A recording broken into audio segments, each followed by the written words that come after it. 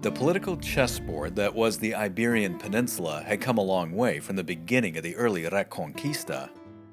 It was now set perfectly for a true warrior king who was descended from a line of warrior kings to take full advantage of it. Ferdinand III was born in approximately the year 1200 and became king when he was barely 18. His rise to power was not exactly easy, and as soon as the crown was on his head, he had to fight his own father to establish his legitimacy. He was also hampered along the way by the nobles of his court, who needed to be put in line almost immediately. In the early 1220s, he went to war again against the House of Lara. Of the three leading brothers, one had gone into service with the Almohad and later died in Morocco. Alvaro, who had gone politically toe-to-toe against Ferdinand's mother, had died of disease in 1218, leaving behind the last brother, Gonzalo, who had characteristically risen up and gone into rebellion. Ferdinand responded to the uprising with speed and crushed it, and this would be a hallmark of his reign. Indeed, he was a king that was able to establish a high degree of domestic tranquility, granted at times with an iron fist, but this allowed him to focus on outward expansion. When Leon and Castile were united in the year 1230, through the astute negotiating skills of his mother, Ferdinand found himself the king of the most powerful state in the Iberian Peninsula, and he was going to use it.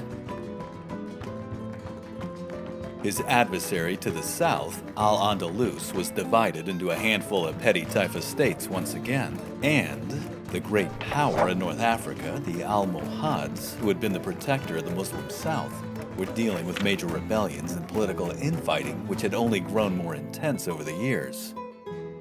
When the Almohad were forced to pull their armies out of Al-Andalus in 1228 to deal with more domestic struggles, the Christian kingdoms of the north all rapidly began to launch offensives, one after the other, into what was basically a target of opportunity. The great game of conquest had begun.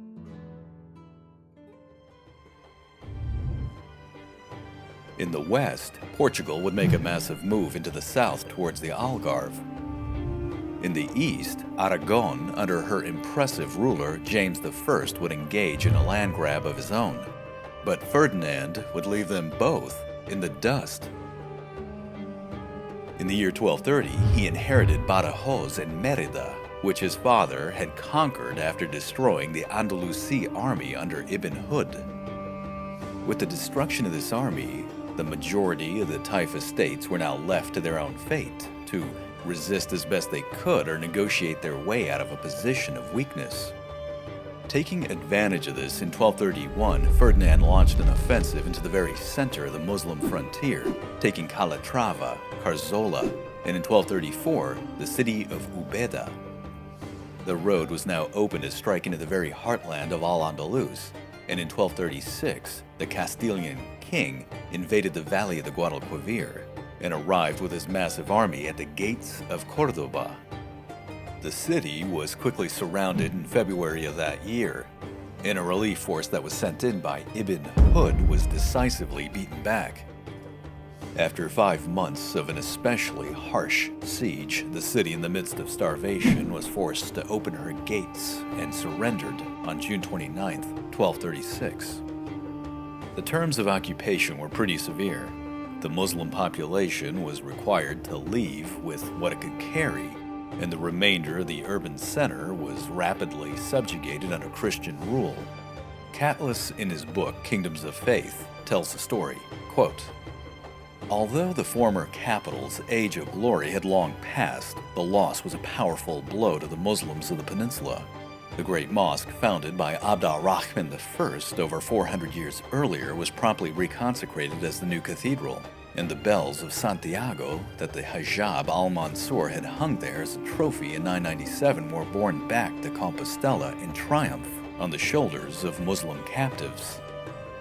To their credit, neither Ferdinand nor his successors destroyed the mosque. Instead, its minarets were repurposed as a bell tower, and gradually across 2 centuries a hulking cathedral was raised up within it, like a stake, stabbing upward through what had been for half a millennia the heart of Islam in Spain." End quote.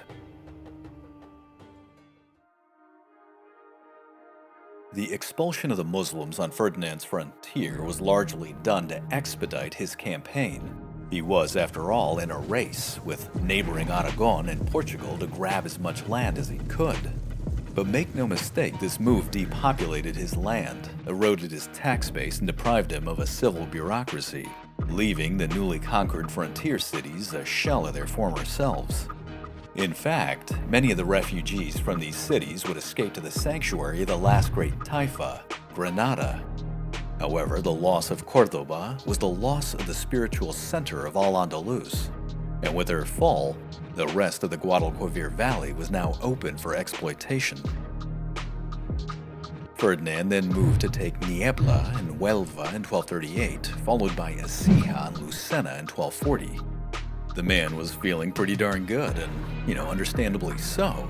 In fact, at this point, he was feeling so confident with his own offspring that in 1243 he dispatched an army under the command of his son, Alfonso the Tenth, with the objective of taking Murcia. That is, before his Aragonese rival could do it.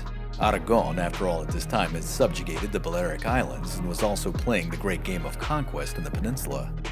In fact, this game had become so rapid that the next year in 1244, Ferdinand resourcefully made a pact with James I of Aragon, known as the Treaty of Almizra, to delineate boundaries of their respective conquests. This would give the Castilian king a free hand to drive all the way to the sea. He took Lorca in 1244, Cartagena in 1245, and Alicante in 1248. This would effectively extend Castile from the Bay of Biscay in the north to the Mediterranean in the south. Now, as I had mentioned, the people of Al-Andalus had put their faith in the hands of local strongmen to unite them against the Christian juggernaut. The aforementioned Ibn Hud initially gained the predominant lead in the struggle, but his ineffectiveness in being able to turn back the tide made him lose not only his credibility, but also his life, as he would be killed by his own men. Ibn Hud's major contender was Ibn AlAhmar. This man would eventually gain power in Granada and become the first emir of the Nasrid dynasty. He'd be known to history as Muhammad I. Much more on him later. Ferdinand developed the knack of playing both men against each other, extracting tribute from one while attacking the other. And when it suited the Castilian king, he would switch, rinse, and repeat. In 1246, Ferdinand negotiated a somewhat ruthless deal with Ibn AlAhmar. He was required to relinquish control of the city of Jaén, which by the time of the negotiations had already been under siege for several months, which goes to show that even in medieval Spain, gunboat diplomacy can work. Ibn AlAhmar was a master at looking at the long game and knowing when diplomacy was the only option in an otherwise no-win scenario. He knew that this deal would bring him peace with Castile, and the loss of the city of Jaén, which was his main base of operations, would actually improve his borders, which instead of sticking out to encompass the city would instead be fixed along the ridge of the Sierra Nevada range. Thus, he would have better internal lines and have a natural boundary for his domain. Ibn AlAhmar surrendered the city, had to pay a vast annual tribute, and then had to kiss Ferdinand's hand as a symbol of his vassal status. His only regret, I suppose, was that he had but one ego and pride to lose for his country. But when you look at the bottom line, his nation would survive. However, one of the terms of being a vassal was that he had to provide military support for his master's ambitions, and thus a contingent of Ibn AlAhmar's men were sent alongside Ferdinand's army as they marched to their greatest prize, Catlas again, quote, Ferdinand III had stepped up the pace of conquest, launching a series of ferocious campaigns aided by his Muslim dependents against the lands of the Guadalquivir. The countryside was ravaged, Muslim peasants were taken prisoner or put to the sword, and one by one the towns of the south fell. The slave market swelled as masses of Muslim captives were sent northward, while in the south, the larger towns were purged of their native inhabitants, who were banished to the countryside if not condemned outright to exile. In the race against his rivals, Ferdinand could not afford a gradual conquest by negotiation, and although the violence of the campaign might cripple the economy of the Muslim south, that Muslim south would at least belong to him and his heirs. The strategy paid off, and by the time Alicante fell in 1248, the king, together with his son Alfonso, had set up camp outside of the former Almohad capital, Seville. End quote. The siege of Seville began in the summer of 1247 and would go on for 16 months. Ferdinand set up a ring around the city that he would gradually reinforce with more troops, including those of Ibn AlAhmar of Granada. This stranglehold, because what else can you really call it, would only increase, and by the time winter fell, a veritable siege city was established. Chris Lowney, in his book A Vanished World, gives us one chronicler's take on this. Quote, "Civilians, that is, the people of Seville, were slowly starving while Ferdinand's 6,000 or 7,000 besiegers, according to one Christian chronicler, patiently maintained their vigil from a camp that had the appearance of a great city, noble and very rich, served by rag and bone dealers and money changers, grocers and apothecaries, armorers and bridle sellers, butchers and fishermen, and so on for every need that can exist in the world." End quote. The Castilians were basically having one giant tailgate party, except that they had weapons and siege equipment. Now, Seville at this point in history was still a major port, and so a Castilian fleet was dispatched to blockade the harbors as well. This Christian fleet would repulse Muslim ships, including a major fleet sent in by the Hafsids. But despite being surrounded, the will of the people of Seville was still resolute. Fire barges were created and floated downstream in an attempt to disrupt the naval cordon, but in the end, it didn't work. The Castilian fleet, angered by this attack, responded in early May of 1248 by destroying the bridges across the Guadalquivir, cutting the city off from her fortified suburbs of Triana. Seville was now surrounded and cut off from any type of supply. Desperate cries for help went unanswered. The Almohad, by 1248, themselves were on the verge of collapse. The situation within Seville became extremely dire, and to complicate matters, the city had sheltered refugees from other taifas that had already been conquered by Ferdinand's armies. This just added to the number of mouths to feed within her walls. By November, people were literally starving to death in the streets, and with no help on the way, Seville could not hold out any longer. On November 23rd in the year 1248, the city finally surrendered. Ferdinand quickly moved in and occupied the Alcazar, and as before, he gave an edict to expel the Muslims.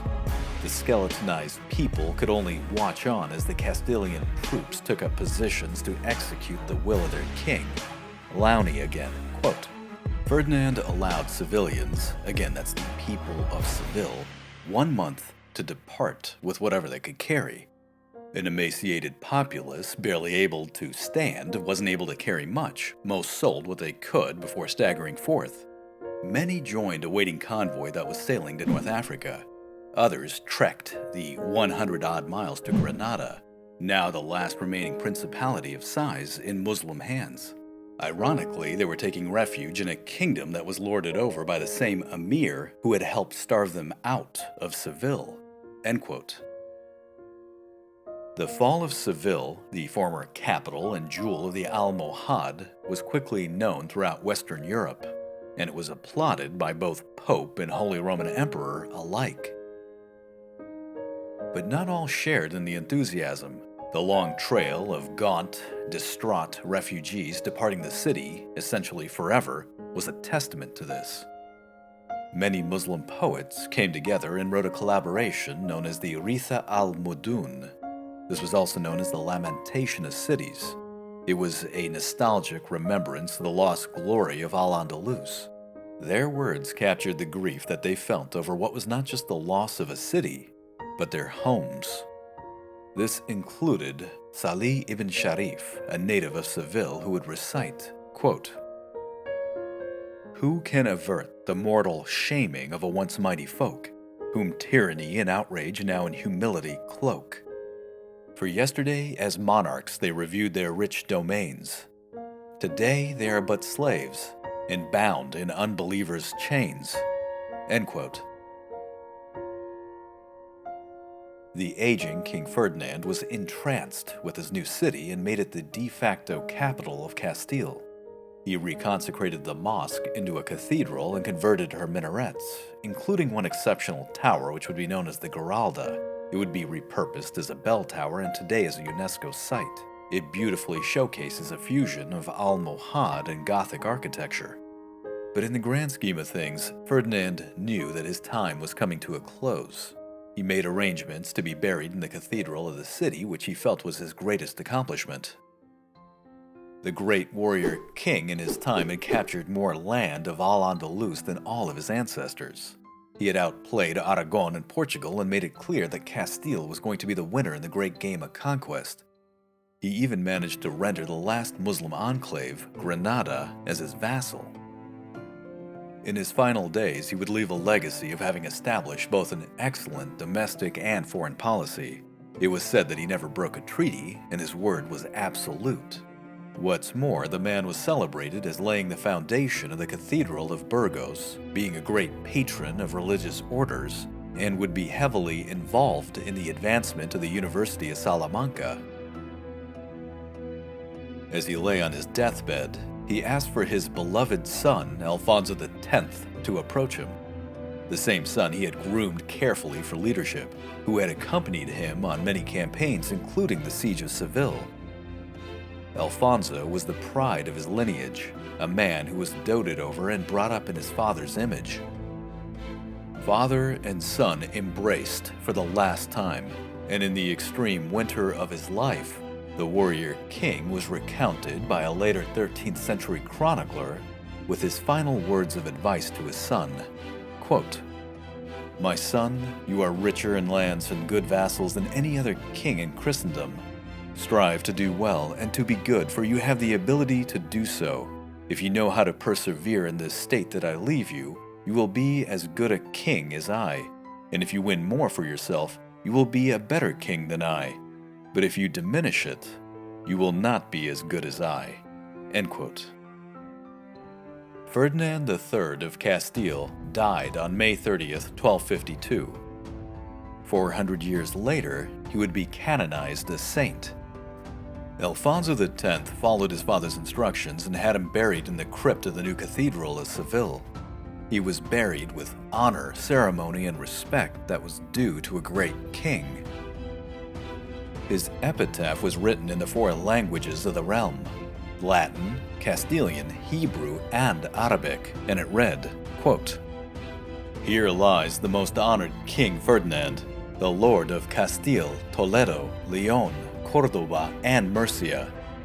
He who conquered all of Spain, who defeated and destroyed all of his enemies, and conquered the city of Seville." End quote. It was now time for a new king to take the throne, and a new legacy to be written.